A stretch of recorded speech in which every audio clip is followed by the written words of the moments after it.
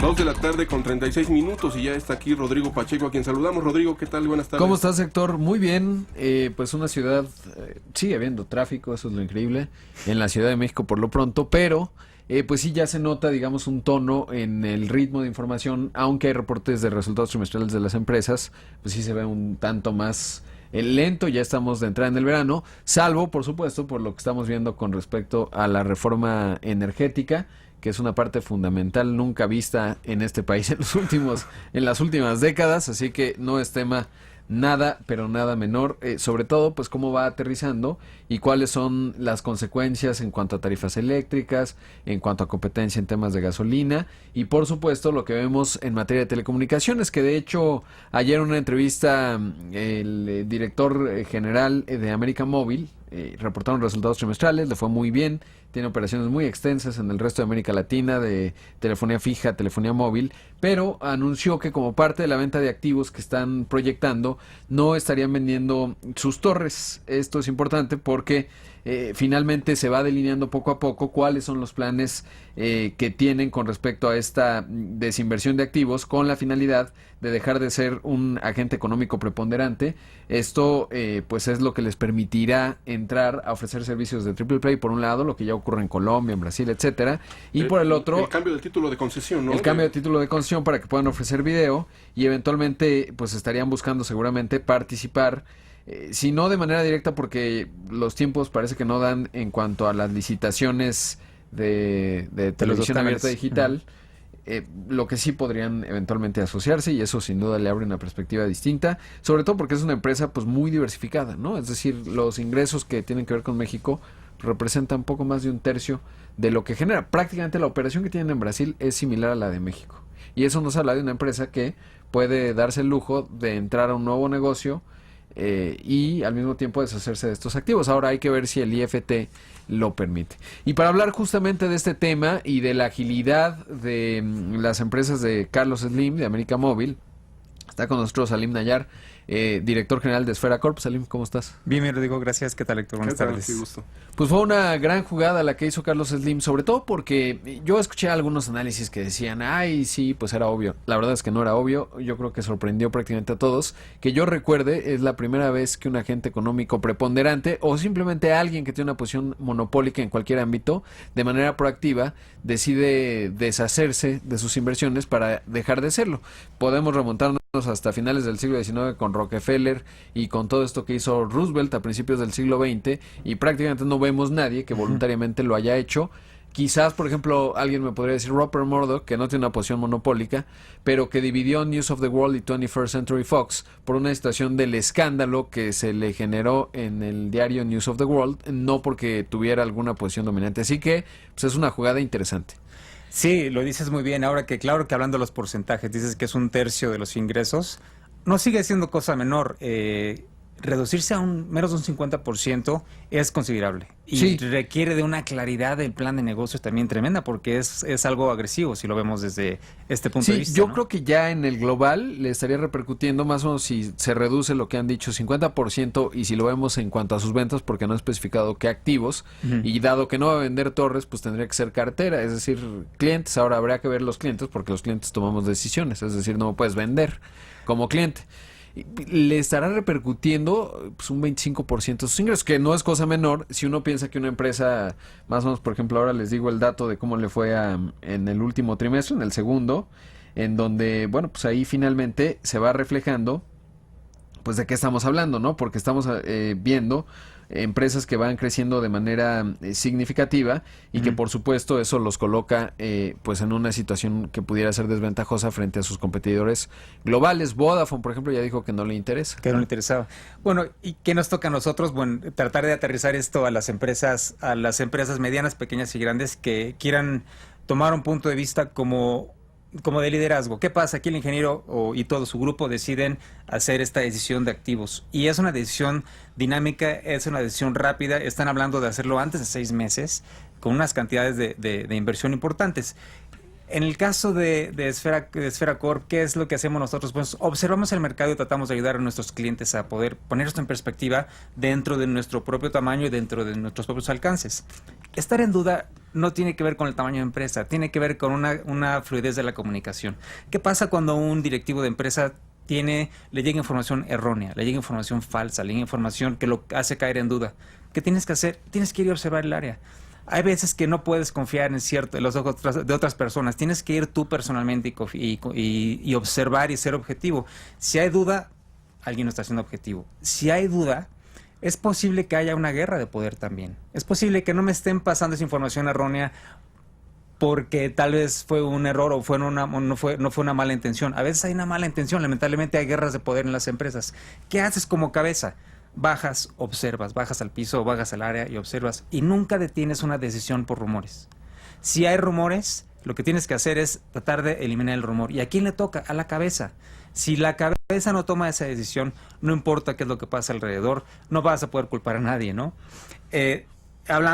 Tenemos un cliente, creo que es una buena anécdota, porque tenemos un cliente que estaba muy agobiado en una toma de decisiones, y creo que no hay nada más frustrante que un empresario que está rodeado de 100, 150 o miles de empleados, y los están viendo y no toma una decisión. Puede ser muy frustrante para nosotros que estamos en otros niveles. ¿Qué es lo que haces una vez más? No buscas culpables, sino buscas acciones. Retomando el caso del ingeniero Slim, yo lo trajimos a colación porque, una vez más, menos del 50% de la participación. No estamos hablando de vender un 10%, un 15%. Diste el ejemplo de Rupert Murdoch. Sí, tuvo una situación de relaciones públicas y se deshace, grave, pero no cambió radicalmente la composición, ni accionaria, ni nada al final de su posición, ¿no? Aquí esta situación yo creo que es una cosa que todos podemos aprender y podemos aplicar por bien del país, de alguna manera. También es un liderazgo para el país, yo creo, ¿no? Sí, es realmente interesante lo que está haciendo. Veremos cómo se va definiendo, sobre todo porque también tiene que haber una capacidad. Ha habido muchas declaraciones. Él dijo, por ejemplo, de Reuters, que sería el horizonte, digamos, para vender estos activos serían 6 meses. Por otro lado, las autoridades han dicho, vamos a ver, él ha dicho, la gente de América Móvil ha mencionado que una vez que tengan ya cerrado un acuerdo, entonces ya le estarían informando al IFT, porque de otra forma estarían abriendo sus cartas de manera previa y por supuesto la competencia sería inclemente. Ahora, interesante porque finalmente esta apertura le permitirá entrar en un negocio que no solo tiene un tema económico, sino un peso muy importante en la definición de la esfera pública en un país, que es la posibilidad de distribuir contenidos. Y eso creo que es algo que se muestra de manera muy audaz. Y sobre todo, ahorita ya tenía el dato, por ejemplo, en utilidades nada más creció 34%, es decir, si vende el 25% de sus utilidades, pues nada más este trimestre, el segundo trimestre a tasa anual, creció 34% en utilidades, porque gestionó muy bien a la empresa. Ahora, ¿cómo le fue en ingresos? Ahí ya estamos hablando de otra cosa. Estamos hablando de un crecimiento del 4%, 200 mil millones de pesos, fue lo que vendió en un trimestre. Más o menos para que nos demos una idea, revisando los resultados de 2013, estaban en 270 mil millones de pesos. Es decir, lo que vendió en un trimestre es, digamos, lo que significa el 100% de la operación mexicana. Uh-huh. Y entonces, si vende el 50% de la operación mexicana, pues estamos hablando que venderá, viéndolo en esos términos, 100 mil millones de pesos de ventas. Eso pensando en que no va a crecer y que la otra parte, pues le va a reportar, ingresos adicionales por la venta de los activos, y dos, pues que va a tener un nuevo negocio que también podrá generarle ingresos, ¿no? Entonces pero es un movimiento sin duda interesante, poco anticipado por muchos de los que estaban involucrados en toda esta discusión en materia de telecomunicaciones, que además es un triunfo también implícito de la legislación, porque finalmente obligaste o llevaste a que se tomara una decisión del actor más relevante en materia de telecomunicaciones en este país de esa naturaleza, y no se puede escatimar tampoco la profundidad y alcance de la reforma en materia de telecomunicaciones, que se puede decir, también hay comentarios, pues sí, no soluciona el hambre, ¿no? Porque luego se genera esta gran expectativa de la reforma. Claro. Y la reforma que... Lo cierto es que en los últimos 15 años no habíamos visto un movimiento de este calibre en el sector de las telecomunicaciones en México. Y ahí se demuestra la efectividad de dos situaciones realmente muy relevantes, y que, como menciona Salim, pues hay que tomar nota, ¿no? De el hombre más próspero del planeta, que toma decisiones muy ágiles, muy innovadoras, habrá echado muchos números, todavía la tiene que ejecutar, y por otro lado, de la firmeza y la negociación política, que no es poca, no es menor. Vimos 2 sexenios pasar en donde no se movía ni un nada en el sector de las telecomunicaciones. Había un status quo ahí, todos querían moverse, pero era complicado y se logró, ¿no? Entonces llama mucho la atención y quisiera decir nada más 2 cosas que es importante. Es un poco unilateral decir 6 meses, ¿no? El ingeniero siempre está diciendo 6 meses, Sí. pero incluye al gobierno, incluye otros actores que puede ser que no estén jugando al mismo tiempo, pero también es un liderazgo al decir 6 meses, ¿no? no, porque él plantea su horizonte y dice, yo voy para allá y lo voy a hacer. Y por todo esto se tratará de argumentos, porque si el IF te dice, oye, yo no estoy de acuerdo, dime cuáles son los argumentos. Yo estoy vendiendo Claro. más de, tú me dijiste que soy agente económico preponderante por esta razón. Pues yo ya cumplí, aquí está. No es su opinión, se trata de argumentos y eso será muy interesante observarlo. ¿Qué es lo que se da, no? Y otro punto que tú me ayudaste a ver y creo que como empresarios es importante que lo consideremos. Estas legislaciones están haciendo una diferencia, están haciendo un acomodo y no podemos dejar de ver eso. Siempre estamos criticando. Creo que también hay que reconocer que eso va a dar, tiene que dar situaciones positivas, ¿no? Tanto al mercado en específico de telecomunicaciones como en general al mundo empresarial, sí, ¿no? por ejemplo, toda la derrama económica que se va a generar de manera en unos años en la legislación secundaria en materia energética, también será muy relevante, sobre todo porque tiene la capacidad de transformar a México. Ya está ocurriendo gracias a este cambio de paradigma que se generó en Estados Unidos con el gas shale, que tiene su dimensión ecológica, si tú quieres, pero que al final ha vuelto a la región Norteamérica mucho más competitiva. Nosotros, o México, y eso es lo que anunció la CFE, ya se construyen estos gasoductos, se puede hacer una energía eléctrica mucho más eficiente, más barata. Por ejemplo, Jeffrey Immelt, el CEO de GE, decía, pues que cruzas la frontera, está en Texas, que hay esta falla geológica que permite el gas shale, es 5 centavos de dólar el kilowatt hora. Cruzas a México y vale 4 veces más. 4 veces más. Y entonces, pues imagínate, los industriales mexicanos no son tan competitivos, que por la mano, el capital humano, resulta que sí lo somos. Ahora, si le bajas a 5 centavos de dólar el kilowatt hora, pues entonces ya te colocas en otro lugar, junto con el tema de las telecomunicaciones que nos puede dar un valor agregado y un nuevo esquema. Entonces, el futuro, digamos, mediano o largo plazo, es muy alentador y es parte de lo que mencionas, ¿no? El estar atento a aprovechar estas oportunidades porque se va a replicar en muchos ámbitos de la economía.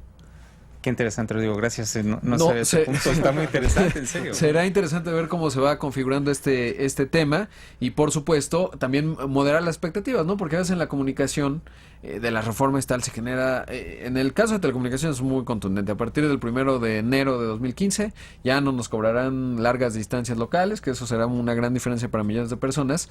En el tema de las tarifas eléctricas, pues dependerá de la ejecución y de cómo se va dando, y también es muy importante pesos y contrapesos para que todo ello ocurra de una manera relativamente transparente, ¿no? Va a ser definitivo. Sí, pero pues es muy interesante esto que señalas, la capacidad de tomar decisiones rápidas y ágiles, y eso se hace con buena calidad de información.